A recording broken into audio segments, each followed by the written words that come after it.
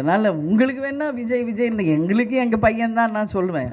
இப்போ விஜய் பிரபாகர் சண்முக பாண்டியன் எப்படி அந்த மாதிரி தான் விஜய் என்னை பொறுத்த வரைக்கும்.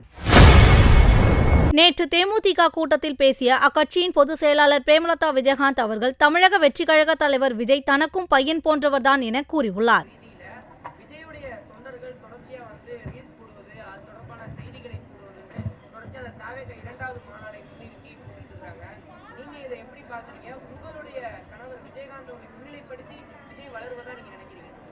இல்லை, கேப்டனும் எஸ்ஏசி அவர்களும் 17 படங்கள் ஒன்றா நடிச்சிருக்காங்க அவர் டைரக்ஷனில். இன்றைக்கி தான் உங்களுக்கெல்லாம் விஜய் இப்போ பெருசாக தெரியுது. சினிமாவில் வந்து அரசியலுக்கு வந்த பிறகு நாங்கள்லாம் சின்ன பையனாக இருந்த காலத்துலேருந்து கேப்டன் அவங்கள பார்த்துருக்கார். நம்ம வீட்டுக்கு பக்கத்து தான் அவங்க வீடு. அதனால் உங்களுக்கு வேணால் விஜய் விஜய்னு எங்களுக்கு எங்கள் பையன்தான் நான் சொல்லுவேன். இப்போ விஜய் பிரபாகர் சண்முக பாண்டியன் எப்படி அந்த மாதிரி தான் விஜய் என்னை பொறுத்த வரைக்கும். ஏஐயில் கூட அவர் இப்போ கேப்டனை யூஸ் பண்ணலாம், தாராளமாக பண்ணுங்கன்னு. செந்தூர பாண்டி அப்படின்னு ஒரு படத்தில் கேப்டன் நடித்து கொடுத்தாரு.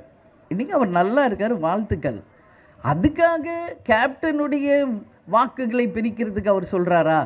அவர் கேப்டன் ஃபோட்டோவை யூஸ் பண்ணுறாங்கன்னு சொல்கிறாங்களா? அப்படின்னா எங்களுக்கென்று ஒரு கட்சி இருக்குது, எங்களுக்கென்று ஒரு அமைப்பு இருக்குது, எங்களுக்கென்று எங்களுடைய மாவட்ட செயலாளர்கள், நிர்வாகிகள், தொண்டர்கள் லட்சக்கணக்கான பேர் தமிழ்நாடு முழுக்க இருக்கிறார்கள். எங்கள் கட்சி 20 ஆண்டு கட்சி, எதிர்கட்சியான கட்சி.